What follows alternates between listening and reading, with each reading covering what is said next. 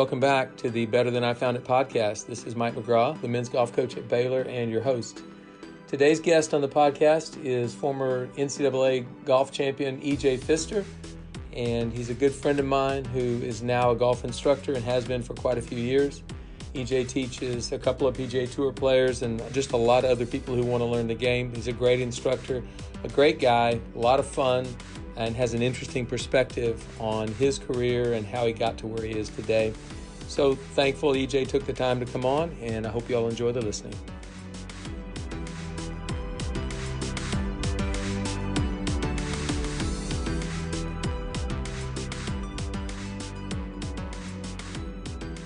Okay, everybody, I'd like to welcome former NCAA champion and current director of instruction at Oklahoma City Golf and Country Club, E.J. Pfister. Welcome to the podcast today. Thank you. Thanks for having me. Absolutely. You know, EJ, you're one of my favorite OSU Cowboy golfers ever because you are so interesting. You're not a bland guy. Would you agree with that? You're not just vanilla? Well, I have a few things that I'm very passionate about that I probably, my wife would say, takes to extremes, and I'm in diverse in what my passions are. So I'll leave it at that, I guess, because well, you are, and we're going to talk about all of them. We're going to talk about a few of those today for sure. Okay. And I do want to talk about your teaching philosophy. You're a great instructor. I've always considered you a really awesome instructor, but we'll get to that in just a little bit. I'd like to go back to kind of your roots. I mean, how does a kid who grows up just outside of Buffalo, New York, end up in Stillwater, Oklahoma? That's too crazy. How did Mike Holder get you to Stillwater? I think it was a combination of growing up in a club that was really open to junior golf. They were very reciprocal. They were open to it. And my dad had some great junior programs. He was the pro at our club for 32 years. And if anything, in watching him, he was gone before I woke up in the morning, and he came home a lot of times, after I went to sleep. So I think seeing the value of work ethic there, and then the members, me being able to play with them giving them feedback to my dad of what they noticed about my game, not even knowing about it. And then my dad kind of working me through those issues. But then the AJGA came along, and you know how you have gems and things that you remember. Coach, one of them was, I remember going to the club one day, and I was still in middle school, and my dad said, if you're passionate about this, I'll take a loan to make sure you can continue to do this. And I remember I was really young, and that moved me in a way that I don't even think I've never brought it up, but I've never forgot it. And it just kind of dawned on me that that was a moment in my life when I was like, man, my dad's all in, I'm all in, I think this can work. And so with that, the AJGA started, and it kind of gave us a tool to launch our skills at a higher level. And I think now I used the rest of the year of high school golf, and I would consider the AJGAs, there was only a few then, as my majors. So I recognized that I needed to peak during those times.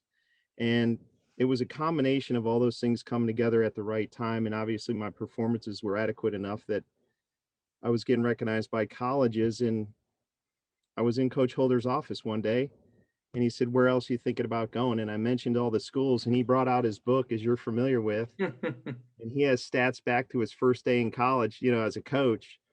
And I would say, well, Ohio State intrigues me a lot. He said, well, head to head, we've played them 50 times. They've beat us 3. They have one national championship. And there was no college other than Houston, which I wasn't going to go, that I could name that they hadn't dominated.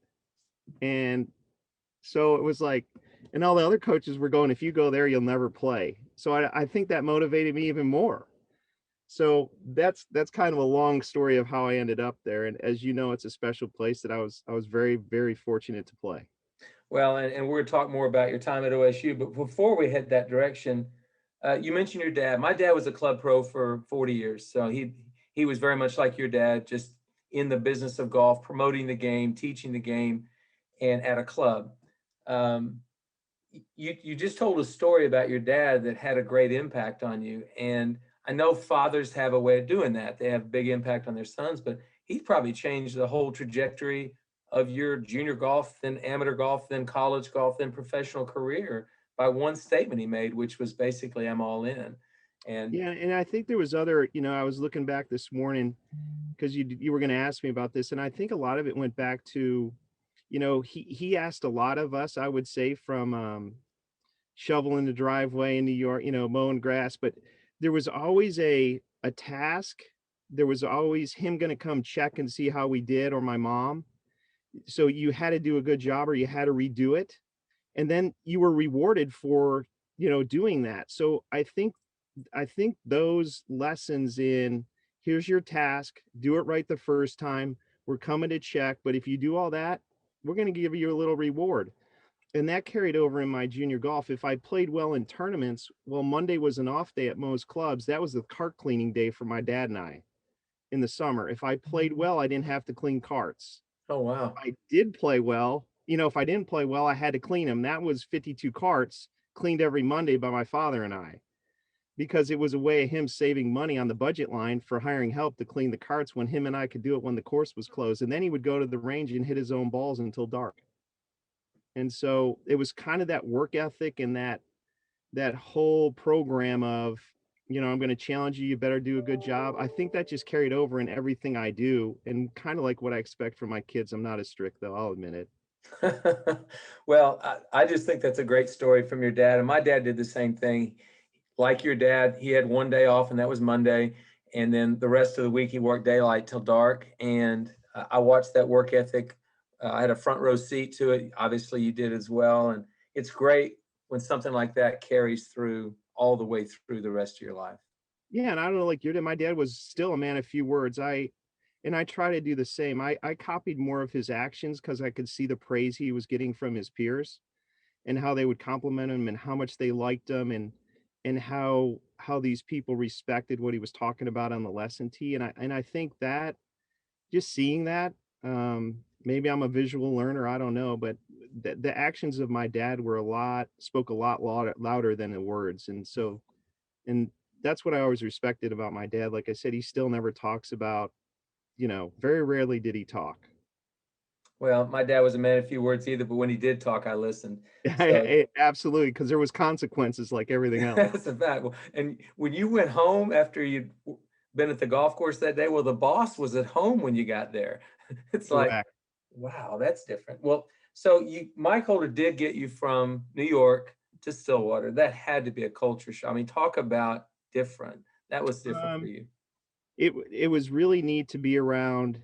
Obviously, Scott, as Holder would refer to him for me, Coach kind of, I think, was very good at identifying a personality and how to manage a personality. And I think he did great with me because I'm a pleaser by nature. So if he would have told me to bang my head on the wall for 3 hours, I probably would have done it. Where he used Verplank as the motivational tool. So he would say, hey, if that's the stallion on the mountain and you want to get to the top, you better be doing some of the things he's doing. And then the length of season was amazing because in September and October, those were kind of, if we were able to play till October, we were pretty fortunate. Well, in Oklahoma, it could still be 100. And climate change and grass change, I was used to sweeping it off beautiful bluegrass. And then you get dormant Bermuda and dirt in the fall. My chipping went downhill. My short game was terrible because I would move the ball back behind my pinky toe of my right foot, lean that handle forward, and pray that I was going to catch ball first before dirt. And then obviously the wind. I never played in wind like that consistently day in and day out.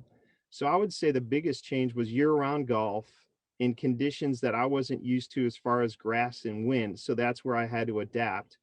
And there's not a big learning curve. You don't have a lot of time because you're around some of the best players in the world at that time.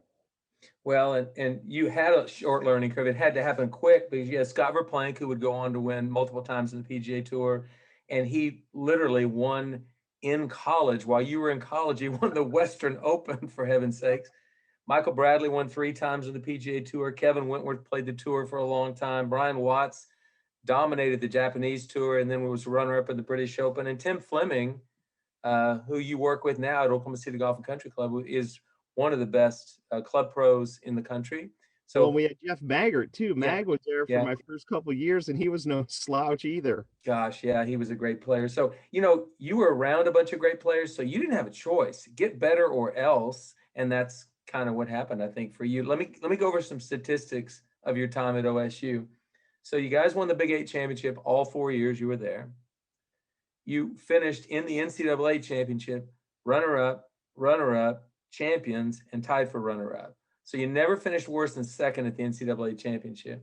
As an individual, you were an honorable mention your sophomore year, All American, third team All American your second year, and then your third year, and then senior year, you were a first team All American and the NCAA champion and the Big Eight champion. So you had tons and tons of success, team and individual, in your time at OSU, and you played around some really great players. Um, Not everybody gets to do that, EJ. I don't know if you're if you're aware of that. That doesn't happen for everybody. I think it's the culture. Obviously, you're aware of it, and you're trying to do the same. I think the culture that Coach created and the integrity and the drive of the players that we were surrounded by. As you know, there was help from Coach, but I think it was more internal from the guys we were surrounded by. All they talked about was winning, and all they thought about is how to do that better. And I think we helped each other to do that. So I would definitely say that I was a byproduct of the culture that Holder created. I can remember a few recruits coming in that were 1 and 2 in the country, but if their character at the end of that recruiting trip didn't fit what we were trying to do, they were not. It didn't matter how good they were at that meeting after. If we didn't think they were going to be a good fit for our school and our team, we would let Coach know, and he'd say, "Okay, great, we're done recruiting them." And so, well, their skill set may have been plenty good enough to make it at OSU. If their integrity or their personality didn't match us, they weren't coming back. So I think that played a huge part of it. Well, and that's something that is built over time. That didn't happen overnight. Labor and Harris had started it before Mike got there, and while Mike played there, and then Mike obviously took it to a different level. He talks a lot to me through the years. He's talked a lot about some pivotal moments, defining moments in his career. And one of the darkest, toughest moments was when you guys finished runner up at the NCAA championship in 1986 in North Carolina. And I know that's going to be tough to talk about, but it did change his perspective of how he would coach going forward, that very tournament. So you want to talk about that a little bit or not? Yeah, if he truly is revealing about how it all went, I think going into the last round I was third and Scotty V was winning, and I think we had a 14 or 16 shot lead at the turn, and all I had to do from the most part is not, just stay in the moment, do what I do, process the screen noise, stay in my happy place and just cruise through there, and we win that tournament. And I think I can't remember what I was doing on the back, but I remember a guy from Wake coming to the 18th tee, and my score was the pivotal one. If I didn't shoot, I think it was 75 or better, they were going to win. When I think I was 5 over at the time, so even birdie didn't help.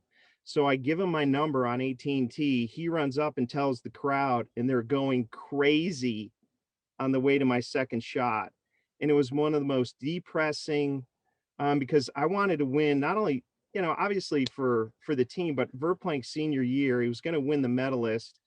And he's always been incredible to me, incredible teammate, leader, all that stuff, that I wanted to win for him. I wanted to send him off in a way that he deserved for his career. And then when they did that, it was just one of the lowest moments in my life. I've never even talked to Coach about that, but I knew it was a huge deal. And I think part of it was, Coach, we went there in that spring to play a practice round, and they told us we could. And when we arrived in the parking lot, Coach went up to register, and they said, "Well, you're no longer allowed to. Sorry." Because we went that spring to catch, a practice round so we could play it before nationals later in the year. And we had to pack our bags in the parking lot and get out of there. And that really steamed them.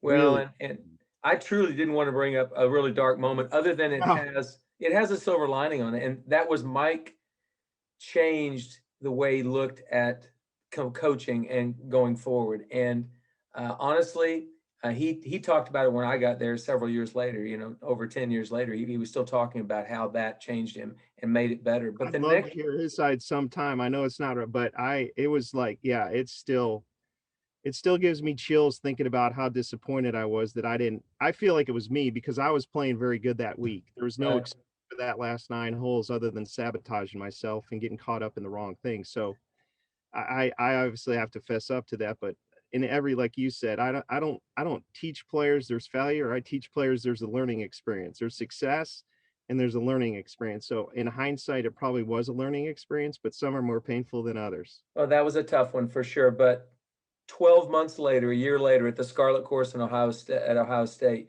you guys, I think, won by about 15 to 20 shots. Had a great Brian Watts won the individual title. Talk about that moment, because that had to be great. That was the national championship you won as a team during your career. Had to be a great feeling.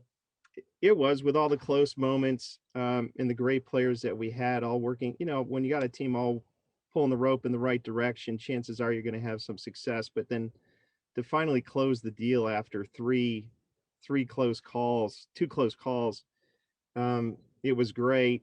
And I didn't even play good that week. That's what was kind of ironic, is that the week that I felt like I needed to play my best, I didn't, but the other guys played so well that we ended up winning. And so obviously that in my career, that's one of the obviously the top moments for me. Well, and another would be the following year.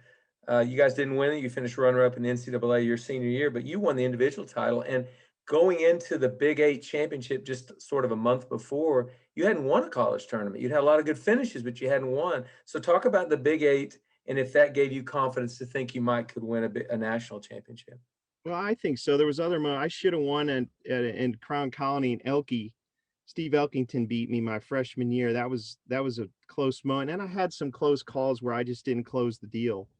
And I felt like if we keep knocking out the door, eventually I would do it. And I'd had some great closing rounds in the big. I still was telling my son the other day, I think some of my best rounds in history of my college career were the last round of the Big 8 tournament, because we never led going into the last round. OU was leading every year I was there. And so I had some inner guts that told me that I could close this deal, and it just kept getting better and better. And that last round, it was a good course for me because I hit it straight. My short game wasn't great, so I could usually win tournaments. The tougher the course, the narrower the fairways, the deeper the rough, I had a better chance. And it just so happened that week that I had the putter rolling, and I felt like it was destiny for me to win that last 9 holes. I felt like I'd been there enough that I knew how to handle it. I knew what I was going to do. I was going to stay on the gas pedal. And then the hardest part was when Holder came up on 18 and said, "You need to birdie this hole for us to tie for team."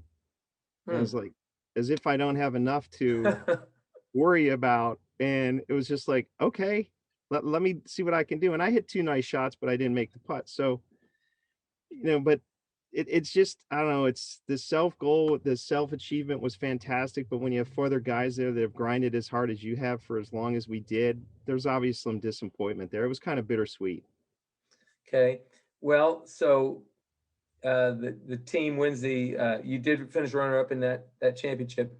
And I want to get to how you turned pro after the national championship that year. But before we do that, I can't pass on a couple of stories that I heard. Now, you're going to give me the truth, because usually between the story Mike told me and what you consider, somewhere in the middle, there's got to be the actual story. So, I just can't wait for you to go tell me which one, because there's plenty. Oh, there were a lot. So one, Mike told me the story about staying on a par 3 tee box, and 3 or 4 guys had come through, and then there was you. And so I think you know the situation I'm talking about. If you could take it and just run with the story. Yeah.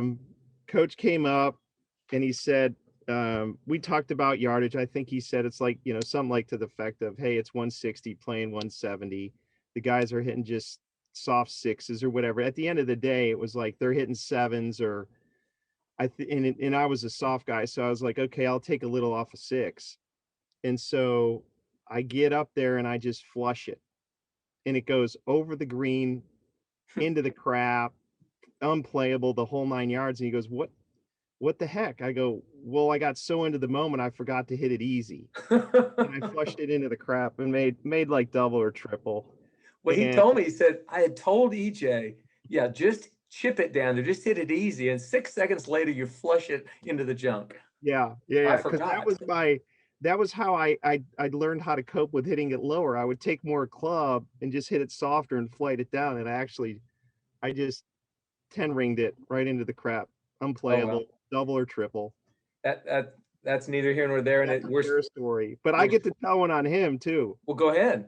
So with same trip, we're in the van and I said, Coach, I want to lose some weight.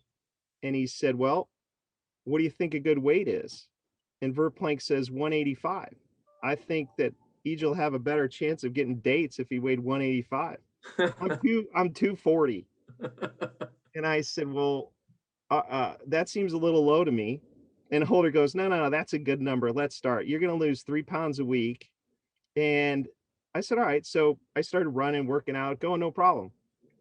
I got down to like 200. And I said, Coach, I did a little research at the library. And as my body fat shrinks and all that, weight becomes more difficult to lose. And I kind of presented this report that I did on weight loss. And he said, all right, I'll cut it to 2. But if you don't make it, you're not going on the trip that week. And so one of the weigh-ins, I was close, and I called John Smith, and he said, meet me at the bottom of Gallagher Iba. For those listening, John Smith was the wrestling coach at Oklahoma State. Yeah, he still is. Gold medalist twice or 3 times. So John gets me down there because he's still wrestling at the time. I get the rubber suit on, I tape the ankles, I tape the wrists, tape it all up. He says, now get to running. So I get to running. He puts the bike in the steam room. So I get my sweat going, jump into the steam room. It's set on whatever. I pedal that sucker as hard as I could. I get on the scale and I make weight. And so I knew that wasn't healthy. So the next week we're going to where Verplank won the Western, and I missed weight by 1 pound. And he said, Tim, get your stuff on. You're going. And he said, this might be a good lesson. You may never play for Oklahoma State golf again.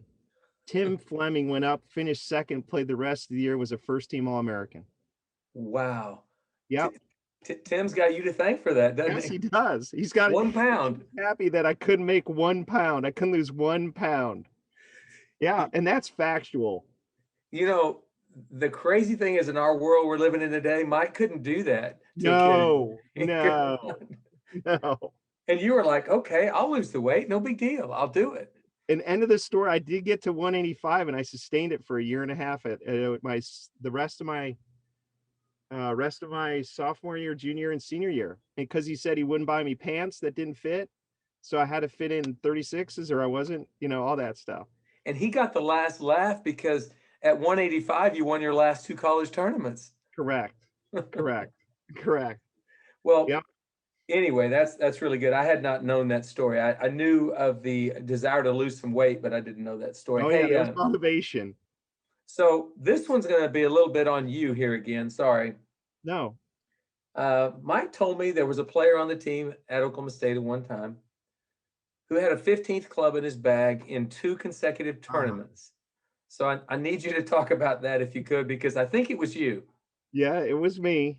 And it was the same national in 87 at Ohio State, the final round. You know how the team lines their bags up, bag 1, and Bradley and I guess, were the last 2 there. And coach comes up to me. I'm fine. I'm like even par going into the par 3, number 8 at Ohio State. Hit my shot on the green, and coach goes, "You have 2 6-irons." I said, "How do you know that?" He said, "Because I've checked everyone else's bag. Bradley's missing one, and Verplank and Watts, they don't have it." And I look in my bag, and there's 2 6-irons there. And he said, "Now what's going to happen is they're going to give you a 4-shot penalty, and I'll take that 6-iron." And so my mom, who very rarely watched, because she would always go to church, and she would sit in the church for 4 hours where I played. So she finally came out, and sure enough, she hears about it, is in tears, heads to the car. I'm all distraught. I can't remember what I shot, but yeah. And then so to reward us, so they gave me a 4-shot penalty. I don't know what it was, a wreck. Next, we go to Japan in the spring. I get tee off on number 10. I look in my bag, and there's 2 sandwiches in my bag. And my inner self, the demon in my inner self, I guess, said, "Throw it in the weeds and don't say a word. We'll just keep that between us." And my morals and values said, "You can't do that." But don't think I didn't think about tossing that thing somewhere in the woods where no one would know. But I fessed up, and there wasn't a 4-shot penalty there. It was only 2. Okay, because you caught it before the second hole. Yeah. You got to be one of the only players in history that in consecutive tournaments has had 15 clubs in his bag. You got to be. Maybe the only player good enough that you can afford penalties like that and still play well. Who knows? But more importantly, still stay on the team there. Yeah. You know what I mean? The Mike could have had you taken consequences from a out. holder are far more severe than the shots. The shots didn't bother me. Yeah, The way coach more severe. after is what bothered me. You know, Mike was in a pretty good spot right then. He was as tough as he ever was in his whole life at that moment. So yeah, he told Verplank he could head out on I-35 north or south, and I don't think he's going north. And when I heard that, I was like, I'm very disposable. well, you know, I wrote that story in my book because that was one of the most impactful stories Mike ever made as far as me as a coach. Was if you can't coach your best player hard, you can't coach your team hard. And he was telling Scott Verplank, you're not bigger than this team. Don't you ever think you're bigger than this team. Now, I don't know how good a strategy it is for a coach to take the number one amateur in the world and pitch him to the curb. Well, But one time too, Coach, I asked Holder, I said, Coach, why is Verplank even qualifying? And he said, if he's that good, it shouldn't matter. yeah, And I thought, you know what? That's a good point.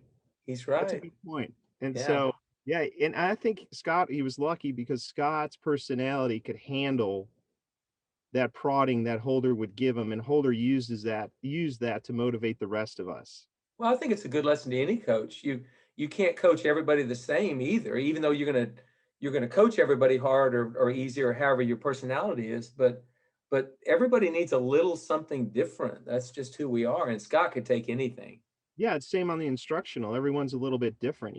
I've used some personality profilers on high level players just to help me make sure I was doing the best job I could based on their personality type. I agree. I agree. So you finished the national championship. How long thereafter did you turn professional? The next day, Okay. and I thought it was a breeze. I went to Williamsburg, made the cut, played with Joey Sindelar and John Cook. I think the last two rounds, made like 3,500. Went to the New York State Open, won that, made 10 grand. I was like, this is easy pickings. And then I had 7 exemptions because of the national championship, individual winner, and didn't do much after that, and went to Asia for, heck, I lived in Asia and Australia and Canada for 89, 90, 91, made the PGA Tour in 92, went back to Asia and Australia in 93, and then 94 to 99 I played the Hogan, Nike, and Nationwide, never getting my tour card back. Played in the US Open in 99 at Pinehurst, and my inner gut just said I'm ready to experiment with more to life. And I called my dad because I felt like I owed him the first call. And he said, listen, he said, I get it. He said, the only advice I have is make sure you do something that allows you enough time to see your kids grow up. He said, my only regrets is that I didn't get to spend enough with you kids during your growth years. And so that's kind of the guidelines that I took from that. Once I had his praise, it made it pretty easy because I was worried most about him. Well, and I mean, the fact that you played the PGA Tour is a significant. I mean, that's something. How many people get to play the PGA Tour? Not very many. You probably didn't achieve the success you thought you would or wanted to or whatever. But at some point, you've got to figure out what am I going to do with my life. And so, is that the point when you decided to stop playing that you thought you'd become a teacher or not? A little bit. I was looking at family and what it would be like to have kids. My wife and I dated her for 8. We were married for another 6 before we thought about children because I thought you kind of needed to be a self-centered, egotistical, selfish to be successful on the PGA Tour because you're out there by yourself. And like I said, that day that I walked off after missing the cut, that's when it just dawned on me, there's more. I don't want to do this anymore. I don't want to be like this. I want to do other things. And I called John O'Neill, who was on the golf team, and he was the director of instruction at Jim McLean Golf School in Palm Springs. And my instincts just said, call him, because I love the research part. I'd been to every instructor on the planet, gave it the best I could. And he said, absolutely, let me call McLean. And Jim was gracious enough to say, EJ can go to any facility he wants. So I packed up a Penske truck, and my wife said, how much are you going to be making? I said, 0. What do you mean? I said, I'm an independent contractor. They're going to give me some turf and some students, and it's up to me to develop a client base. And she's like, are you okay with that? I was like, well, it can't be any worse than what I'm doing. So let's go do it in a better place. And so within 2 years, I was second in lesson revenue. So that kind of launched my confidence. And then, the next, but Bob Tway, I was just gathering intel for McLean. He was really big at that time of capturing as many tour swings as we could get at the Bob, Hope, and La Costa. And we'd have a guy in a par 5 capturing drivers, target line face on, and a par 3. And he sent me down the range because I knew a lot of the guys. And Bob said, if you video me, you're going to teach me. And I thought he was joking. I was not ready for that. And he said, What year was that? What year was that, by the way? That was in like 90. That'd be close to 2000, 2001. And I had noticed I was just kind of trying to steal McLean's business model because I knew he was successful in golf schools, and I was going to do that route. And Bob said, and I asked Scotty V, I said, Scotty V, is he serious? And he said, yeah, H, he wants your guidance because he knows as a player and all the instruction you've gone through that he thinks the combination of your playing background and your passion for learning will help him out. And so that's what took my career from Jim McLean to the, I don't want to say next level, but a different clientele, I guess. Well, first of all, before we go to Bob, Jim's a fantastic guy, and his son John played for me at Oklahoma State for a year and a half, and just always have liked the way Jim treated me. So it doesn't surprise me he gave you a start like that, Yes. which is great. As I recall, when Bob was coming up, and I'd seen you several times through the years at OSU when I was an assistant coach, but Bob became one of the top 10 ball strikers on the PGA Tour during this time, statistically. Well, he said all he wanted to do was hit the fairway. He said, Age, if you can just get me in the fairway, I'll be fine.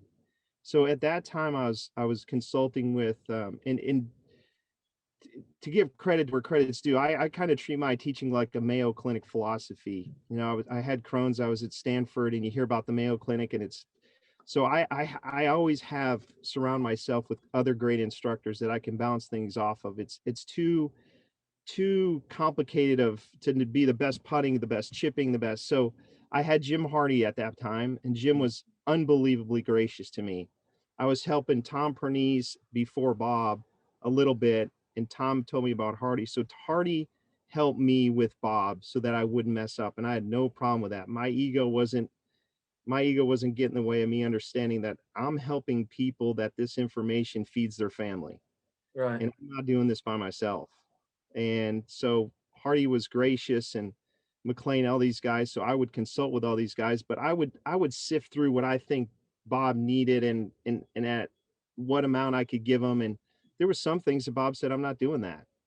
And I think it was the communication back and forth that made the relationship successful. And then it led me to, will you teach Kevin? And so here I am today with Kevin for a long time, but that's kind of how it went with Bob. Yeah, that's great. And Bob had suffered through some instructional wars, and he had a lot of scar tissue there. So I know that he knew you had done a little bit of that yourself, but you were also a great player. So that had to be his impetus for saying, I think you can help me. I'm glad it worked out. That's really awesome. Great. So you mentioned Kevin. Kevin played for me at Oklahoma State all 4 years. And if I have one regret for that time I spent with Kevin, it'd only be one, and that is we did not win a national championship together. And we finished 4th and 2nd and 3rd and 5th, in the 4 years he was there. I just felt like that was ours to win, and we never did. But it wasn't for a lack of good golf, because Kevin played plenty. And you teach another Kevin Doherty, and both of these guys happen to be, and he's on the Korn Ferry Tour, playing very well this week, by the way. I think he's 5 or 6 back after 2 rounds. Both those guys are tall, athletic, hit it a mile. I mean, are you only going to teach guys that hit it a mile? Is that your deal? No, I think that's where we're gravitating to, though. If you look at, and you've probably seen the change in what the athletes were dealing with. I think Tiger started the whole thing, but you can see the level of talent we're dealing with, and the desire to eat well, train properly, the information for eating well and training. It's better information. It's getting better all the time based on the research and all that. So I just think that that's what our athlete's going to look like, a steady dose of that from now on. Yeah, I like it. I'm thinking, and then the Bryson effect. Bryson's also had an effect on as far as training and bulking up and getting stronger and swinging hard. And I don't know. It remains to be seen what long term all that's going to look like. But I applaud him for making the effort. It's kind of scary though. Guys like David Edwards, Scott Verplank, Nick Price, Jeff Sluman, Corey Pavin. I mean, those guys won majors and did a lot of great things. And I don't know where that place is for that guy going forward. Well, I could kind of see it, because what opened my eyes to that is when Verplank one day said, I've kind of have to pick my spots. And I never even thought of it that way. This was years ago. This was before this big trend in smashing. And he said, I'm picking my spots as far as Harbor Town. Those are good clubs, good courses for me, because it puts a premium on not distance. It puts a premium on course management, keeping your ball on the fairway, hitting it in the right spot on the green. So yeah, I know where you come from. I don't know. I don't think guys like, and Scott would be honest with you now, it's hard to compete when I was with David those years on the tour and guys are hitting it 40 yards past them. That's 3 to 4 club differential. And based on all the intel we have, the proximity to the hole for them is significantly tighter than 40 yards back. And now with there not being a premium on hitting the fairway, geez, I don't know. It's scary kind of where we're going. Yeah, the good part about it is we do have more athletes playing the game. So that part's kind of good for golf. And when you've got guys like Bryson and then DJ and all these guys hitting it out there 330, 340, people are talking about golf. And you and I both want people talking about the game. We desperately want that. So anyway, tell me a little bit about Kevin and Kevin, both Kevins, you work with. I mean, that's got to be fun to work with a couple of Oklahoma State golfers. Well, I think it is, and then the longevity of the relationship. I think there's nothing they can't tell me, and there's nothing I can't tell them, and just the openness about it, and keeping it business-like and serious at times, but also, being able to unwind and I try not to get caught up in the fact that we are friends. This is a business. When they want me out, I need to treat it like a business. And I feel like I owe it to them to continue to try to improve, gather as much information, and be the best instructor I can, so that I can help their skills improve, but not do something with them that they don't want to do. As far as if there's certain elements of that I have ideas about, and they're like, I can't do that under the gun, well, then we need to take a different route. And that's okay. There's a lot of ways to create a good impact. There's not just one. So I somewhat need to work within the framework of what they're comfortable with and what'll perform in a tournament, so that they'll want to integrate it in. So these relationships of 15, 20 years, I'm fortunate they still call me, because people always ask you who you teach what pros you teach, and that's day to day. They may not call you tomorrow, so I don't take it for granted. I get to teach these guys, and we're both learning along the way. And like I said, I have my consultants that I kind of throw stuff off, because sometimes my eye gets too comfortable. I see it too much. So I'll throw it to someone else that I trust and give a little feedback on some direction. I think, EJ, you're a coach because you are. I mean, and I'm a coach. One of the things you've just mentioned to me is one of the most important things a coach can do is always be learning and be vulnerable enough to take information from other people. Like, I have to be vulnerable with my assistant coach. He's a smart guy, a creative thinker, a forward thinker. He's a millennial. So he's coming from a completely different point of view than I've ever experienced. And I love it because he's making me better. And I know these other people make you better because you reach out to them and you're vulnerable enough to do that. Yeah, I love it. And with more science and biomechanics getting involved and helping us understand how joints move and where they need to be the most efficient and all that stuff, it's just intriguing to me. And I'm fortunate to have guys who have no ego either and are willing to share and be open-minded about this, like the Mike Adamses and the Mike Bentley. There's just so many of them, Scott Couch, that I use. They're just great guys that can sense my passion for learning and are willing to share. That's awesome. That's great. I'm a lifelong learner. I never want to stop learning. And I think I'm going to be a better coach at 70 than I was at 50. And I think you should be a better instructor when you're 70, if you're still enjoying it, than you are now. Yeah, absolutely. How old are you? I'll be 55 in May. Gosh, no way, EJ. There's no way. Yeah. Wow. Okay. Yep. All right. Well, it happens. That's a double nickel right there. Exactly. So I'm going to So thank you for all that information on instruction, how you've approached it, how you got into it. But there's a couple other things that are, and you're a fun guy, you're funny, you've got a great sense of humor, but you're dead serious about helping your players. And that part I very much appreciate. Uh, but you're also a hunter and a fisherman. I don't know if you're doing that anymore, but you were passionate about that, 25 years ago. Are you still doing that? Fly fishing is that. If I told my son, I said, son, I'm going to introduce you to some things that are probably the hardest thing you'll ever do in your life. And I said, you can choose to like them or not, but I'm going to introduce you to them. And fly fishing and archery and cooking obviously are my top three. So when I leave the course, I'm either going to research how to be a better fly caster and presenter. I'm going to look at barbecue, or I'm going to look at how to be a better archer. And those are my three unwind um, things that I like to do off, and then follow my son in golf tournaments. So those are my, as you're aware of, those will always be with me. That's great. I love hearing that. And you mentioned cooking.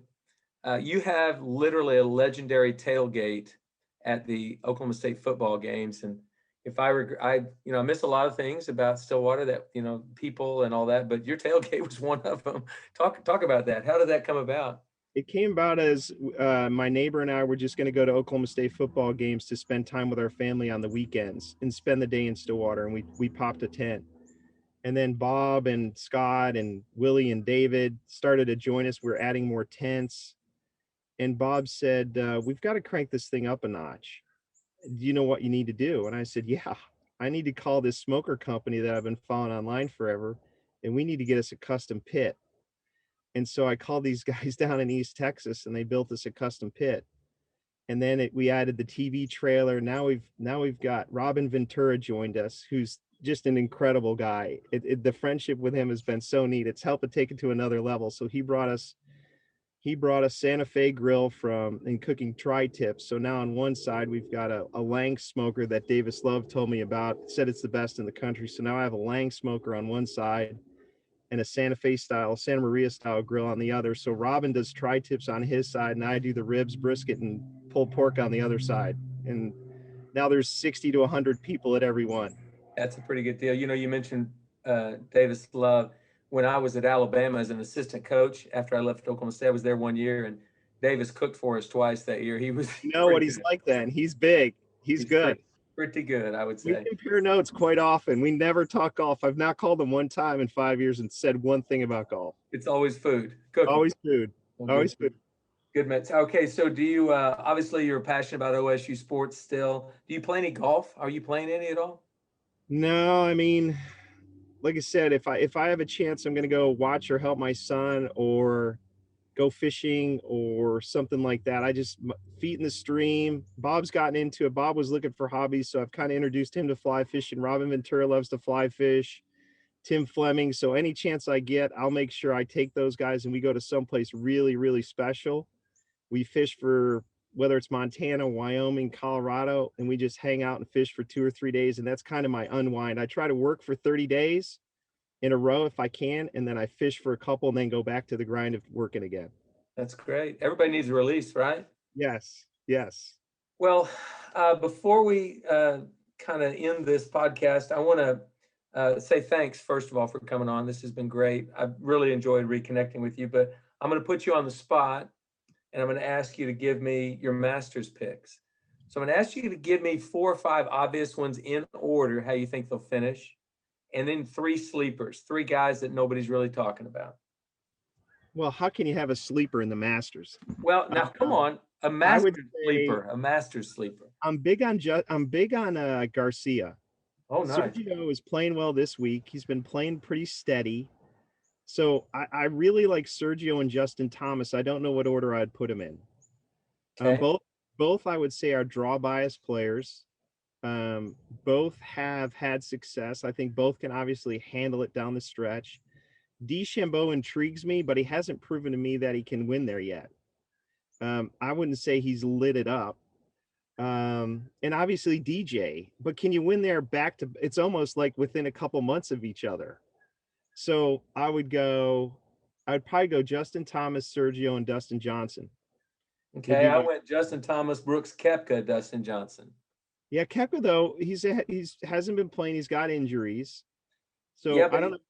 he won one event a couple of months ago. I'm just thinking maybe if he's feeling okay, he'll win again. Well, then you got to go with Morikawa because he's won recently too. Okay, that's a good point. I would go. I always like Cantley. I think he's a Okay, great ball striker, and Schauffele is a okay. good ball striker. He's hurt right now though. He's not been playing that well. So go ahead. I know. So would Cantley be considered one of my sleepers? I've got him as one of my picks. He's number 4, and then I had Victor Hovland as 5. Well, I was going to throw my OSU guys in there. I wasn't going to leave it unscathed without an OSU guy, so I have to go with Victor because Wolfie, he had that injury we're not sure about, even though his ball flight's conducive to playing good there. It is. It really That is. is a good track for Wolfie, even though I would go Victor as obviously my OSU pick right now because All right. Ricky's unsure. Yep. I don't know if Ricky's in the field because I know Faldo was giving him a little grief about that. He was. So All I right. would pick Victor. Do you have a sleeper, a true sleeper, somebody? I know it's Masters, but somebody nobody's talking about that could win. I'll give you an example. Okay. Cameron Smith. I think he's a good player. I think he can win. You think Cameron Smith could win there? Yes. I would go, if I had to do a little due diligence, I'd pick someone that's in the top 5 driving distance. Okay. So I guess I would put, who's a top 5 that's a little underrated as a smasher? So I can't take Morikawa as a dark horse, could I? Sure, why not? He's only won one major and a WGC. He's a dark horse. I'm not good at dark horses. I only pick favorites. Well, you're one of my favorites. How about that, EJ? Well, I appreciate it. I really appreciate you coming on today. Is Kevin there, standing there right there? Yeah, he's right here. Tell Kevin to come over and say hello. Kev, get over here. Say hi to Coach McGraw. Come here. He's coming in his normal fast way. So, hey, Kevin. Hey. And that beard's looking nice. Yeah, I got time to grow it out. Oh, yes, you do. Yeah, you gonna learn anything today? Yeah. Well, TP. All day. Okay, perfect. Well, it's good talking to you. Good to see you. Yeah, good to see you, Coach. All right, knock 'em dead when you get back out there. All right. Thank you. Appreciate it. See ya. Thanks for having me on. I appreciate it. Absolutely, EJ. Thanks a lot for the insight. And this will probably go live pretty soon. I'll let you know when it does. Yeah, I appreciate the friendship. It always, like I said, when I got on the treadmill and heard you were doing podcasts, it was kind of a no-brainer. That's why I was like reaching out to you. I was like, oh, I'd love to be on Coach McGraw's. It's going to be way different in what he wants to know about than where should the right wrist be, where should the radial bone of the left arm be. So yeah, I'm not that interested in that stuff. No, you're interested more about the inner person. I like that. Absolutely. Well, thanks again, EJ. Have a great session there with Kevin, and we'll talk to you again soon. All right, thanks for having me on. All right, we'll see you. Bye-bye. All right.